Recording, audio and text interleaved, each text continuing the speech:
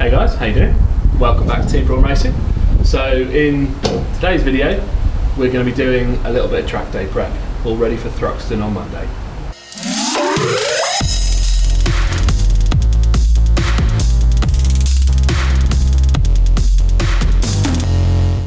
Track day prep then, what does that involve? Well, one of the main things for this particular day at Thruxton on Monday is an enormous silencer.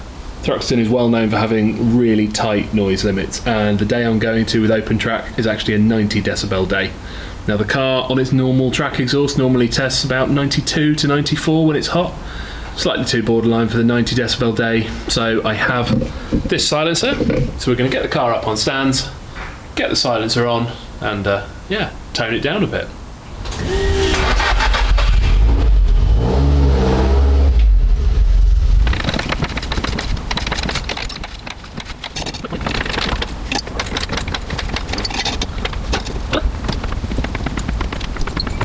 One car up in the air, nice amount of room under the side to work on, so I'll get under there and make a start.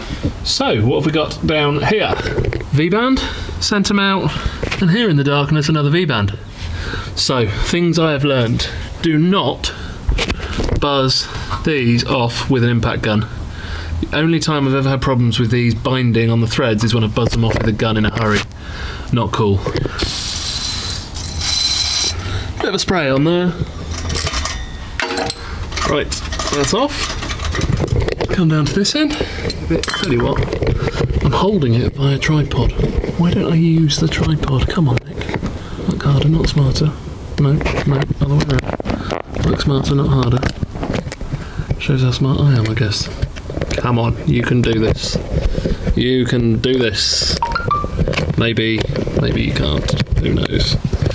So down to this end, already been sprayed with WD.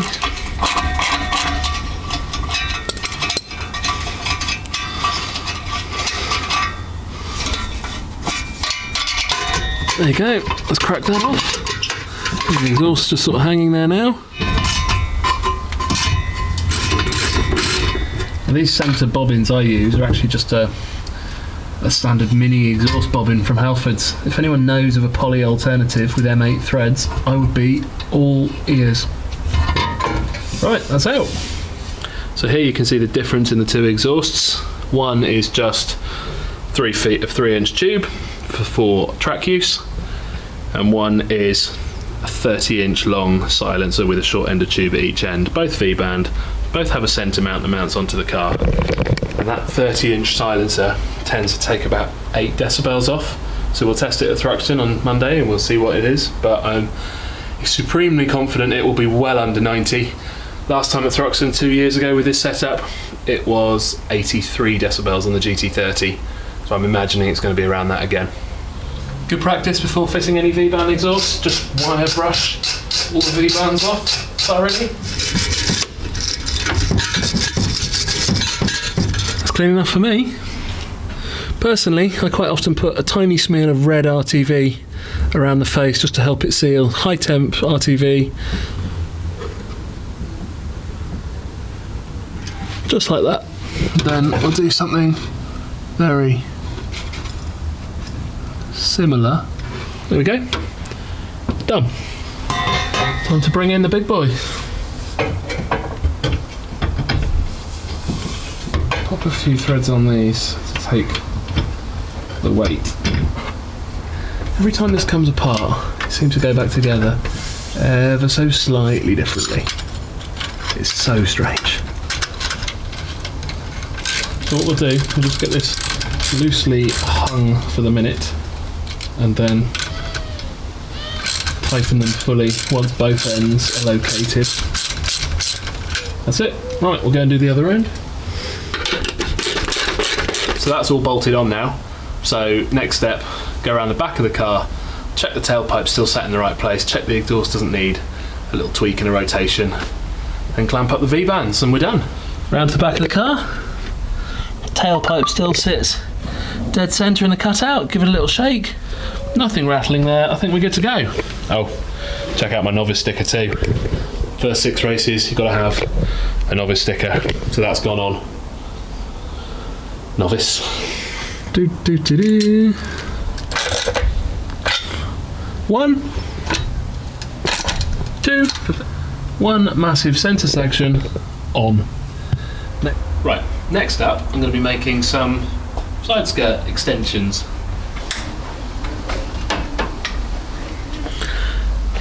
So I've got that lined up there. That's 30mm lip sticking out. I quite like the way it looks.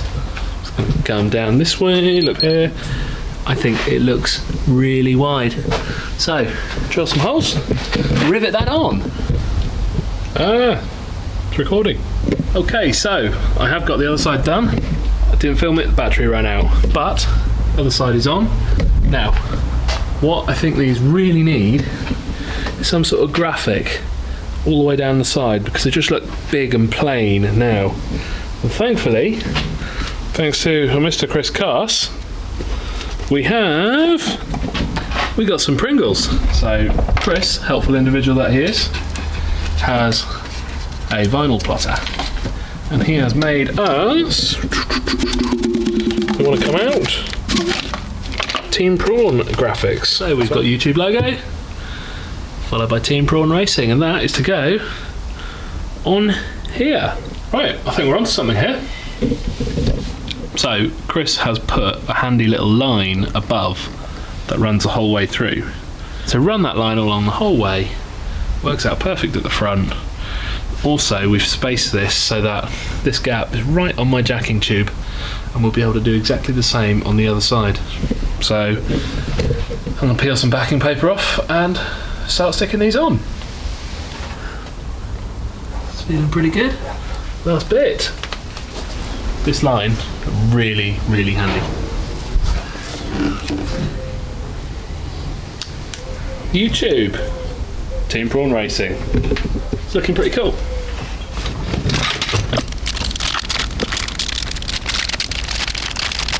Logo's done. We're just going to swap wheels, swap to a different set of AR1s for Thruxton, and then we'll get the car back down on the ground, roll it out, see how it looks. Right, so this is a side of track days and track cars a lot of people choose to ignore, but if you want to go quickly and you want it to be reliable and you want to lap all day for as many laps as you can, you have to put the time in. It's having a full spanner check, suspension, obviously we've done the exhaust, rear corners, going over all the suspension, checking it. I've replaced some bolts on the rear struts because they looked a bit crusty. One or two other things have just been tightened up because things do rattle loose over time.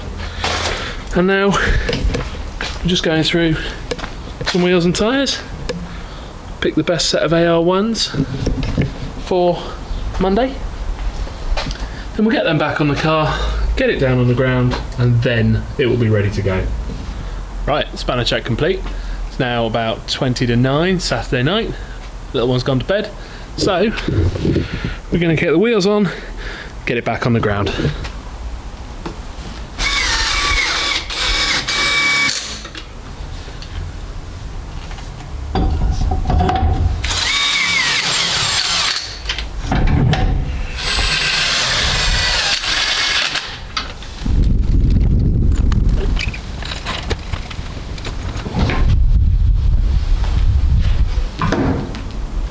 Yes, absolutely, 100% yes.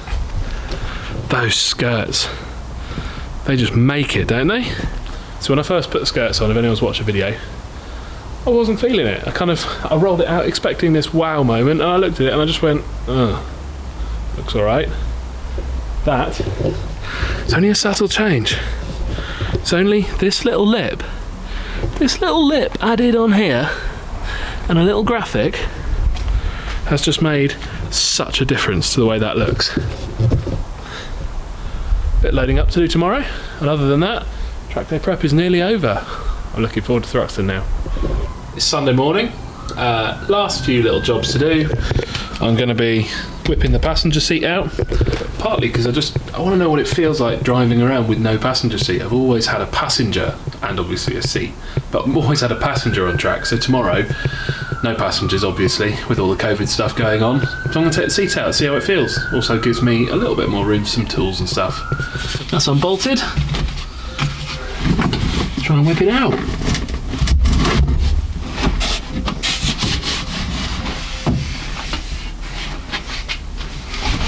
Empty space! What am I going to do with it?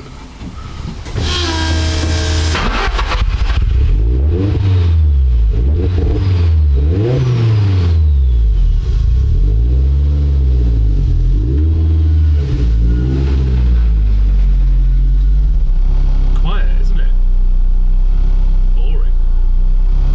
Just pulled up to my local Shell, get some fuel, put a bit of air in the tyres. We've got slicks in the car, passenger seat is out, 3 in the back, 1 here. We'll get some air, get some fuel, load a few tools in, and we'll be almost good to go.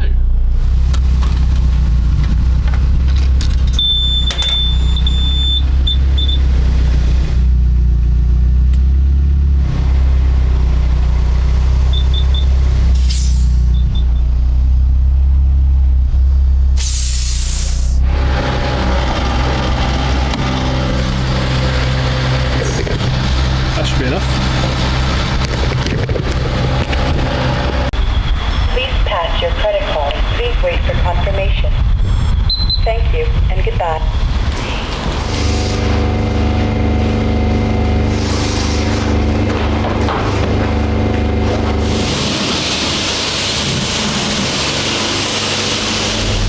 Sorry about the jet wash, Luke, but she's nice and clean. We are just about ready to go. Looking pretty good. I'm excited for this. So all we've got to do now is load a few bits in, get some tools, and we are good. It's been quite a fun one, this. I hope it shows you a little bit of what goes into prep for a track day. It's not just rock up and drive. Yeah, it's a bit of hard work, but hopefully it's all going to be worth it. Fingers crossed for a really reliable day. So, hope you guys will like the video. Please don't forget to like, share and subscribe. Drop us a comment down below. We are on the dyno at Badger 5 in a couple of weeks' time, so it's going to be really interesting to see what the 550 makes. Otherwise, I will see you guys in the next one. Take care.